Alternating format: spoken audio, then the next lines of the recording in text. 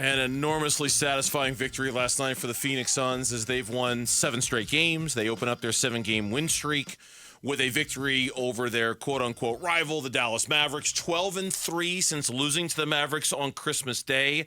And it would seem that a lot has been figured out, and certainly we're all coming to realize that even your flaws can be covered up really, really nicely when you have Devin Booker and Kevin Durant out there to cover them up along with Bradley Beal. Steve Zinsmeister is filling in for Gambo today along with Mitch and Lauren, the whole crew. We're all kind of taking turns talking on today's Burns and Gambo show. And joining us right now, one of our lead writers at ArizonaSports.com, co-host of the Empire of the Suns podcast, which also can be downloaded from ArizonaSports.com and through all of the major sites as well. Kevin Zimmerman joining us here in studio to talk Suns basketball. What's going on, Zim? Hey, we have positive things. Yay! Woo! We're not in here talking about them not having a point guard and they need this and they need that and Stephen A. Smith calls them hot garbage. We're not talking about any of that stuff. We're talking about good stuff right now. We like this better, don't we? Was that a month ago? Yes. I mean, yeah. Exactly. You know what? Great. December was rough, let's be honest. I'm going to start there. Today's January 25th. It was exactly a month ago when they lost to Dallas on Christmas night, and it was bad. It was real. There were questions all across the board about Frank Vogel this and the plan that, and Stephen A. calls them hot garbage, and Kevin Durant is frustrated, according to Woj. It's such a simplistic question, but what, in your opinion, what has happened over the last exactly 30 days to change the narrative so dramatically and so quickly for this basketball team? I honestly think it's as simple as, I mean, this is what they've been saying all along, but if they had started the season completely healthy or relatively healthy, what is it like a month out? Like you have hiccups in your first 10, 15 games like we all expected, and now like the pieces are there, but we're starting to learn, okay, the role players fit here when the big three are in place. And like we don't have great answers on that by any means right now. I think like we'll get to the what do they need at the trade deadline concerns and all that, but we're finally saying, okay, what we thought was when you have 3 really good players, they're gonna, maybe go down 20 and be able to come from behind and that kind of thing. And that's where you start to show like your potential. And now it's how do you make that an every quarter thing? Yeah, and Burnsy and I were talking about it earlier. It's nice to know that on a night where maybe one guy doesn't have it, the other can pick it up. And I say that as if it's just Booker and Durant. Obviously, Beal plays into that conversation too, but despite the score of last night and no Kyrie Irving and all the storylines that come out of that game, it's nice to know that Kevin Durant can find other ways to contribute on a night where he only has 12 points. I don't know the last time Kevin Durant played at 38 minutes and only had 12 points, but he contributes in other ways. Yeah, and the ability for him to be like, I will take Luka for stretches at least and do a pretty darn good job for being older and have all that mileage and that kind of thing. I think like you can talk about the stars doing these things that we don't talk about stars usually doing because, hey, he's free to do that. I already scored 40 points twice in a row. And by the way, like when you score 40 points when it's Kevin Durant, that's usually pretty easy. Like earlier in the season, I think he and Book had great games, but they were carrying so much weight.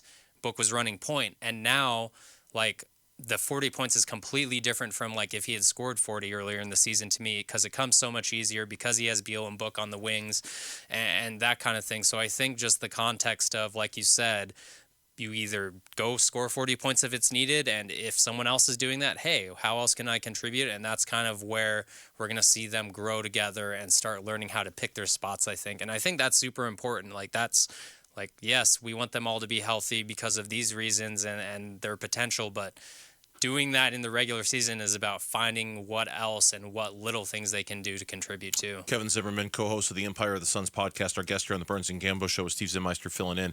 I want to spend a minute or two talking about Bradley Beal because he's not getting the oh wow kind of headlines that Durant and Booker have over the last week just from a point total standpoint.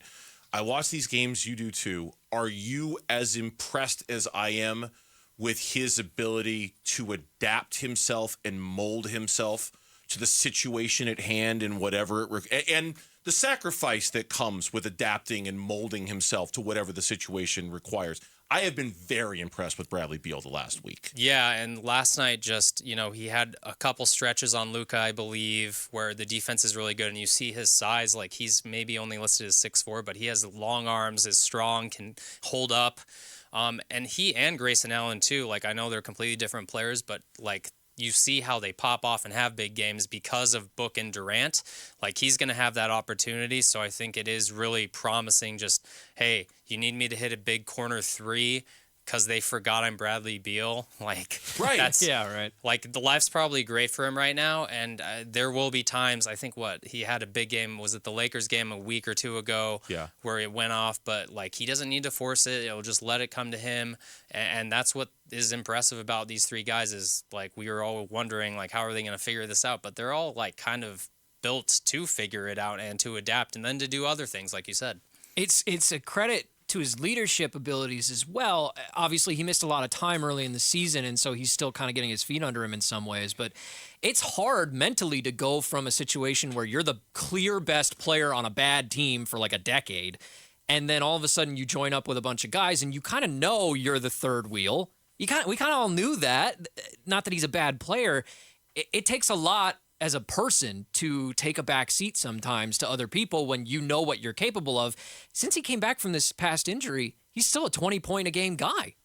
And that's the third best player on your team. Can I steal a DeAndre Ayton quote from this week? Are you sure I you don't want have to do that? If you want to go down the DeAndre Ayton rabbit I'm not hole, trying knock to yourself out. I just went to it in my brain, but like he's a max player. He knows it. Like he doesn't have that much to prove is where I'm going with it. Right. He really doesn't. And when he does go to a good situation like this, he can do those things like Bernsey mentioned, like his cutting, like Book hit him on a cut when Book drove, like that's chemistry, but also it's like, hey, like this makes life easy. Finishing, he was, I don't know how many loose balls in the second half he got, whether it was rebounds or just someone else knocked it, deflected it.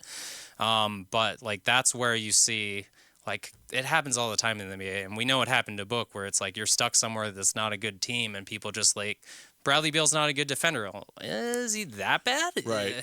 When Eric Bledsoe was on the Bad Sons team, he goes to Milwaukee and that kind of thing, and suddenly he's a great defender. Like these things happen, and I know that's not that kind of degree for Bradley, but like he's definitely proving he can do all the winning team guy things like that. Yeah. Last question for you before we let you go. And I was talking with a friend when I was driving in here, and we talked about this on the air too a little bit over the last couple of days.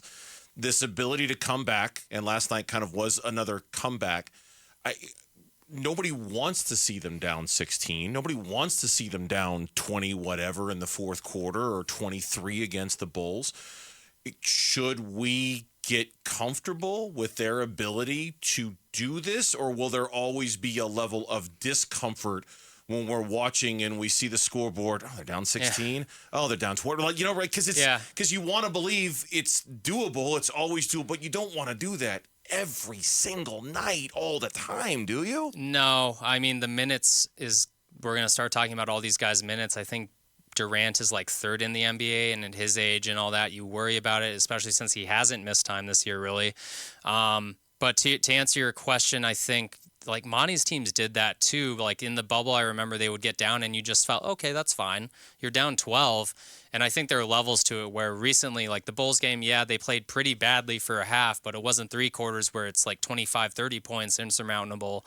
And then the Dallas game was bad for maybe a quarter-ish, and it wasn't as bad. So they're at least bringing the level down of like, oh, they're just playing badly. Yeah. Like the Kings game was bad, and they came back from that. The Bulls game wasn't quite there.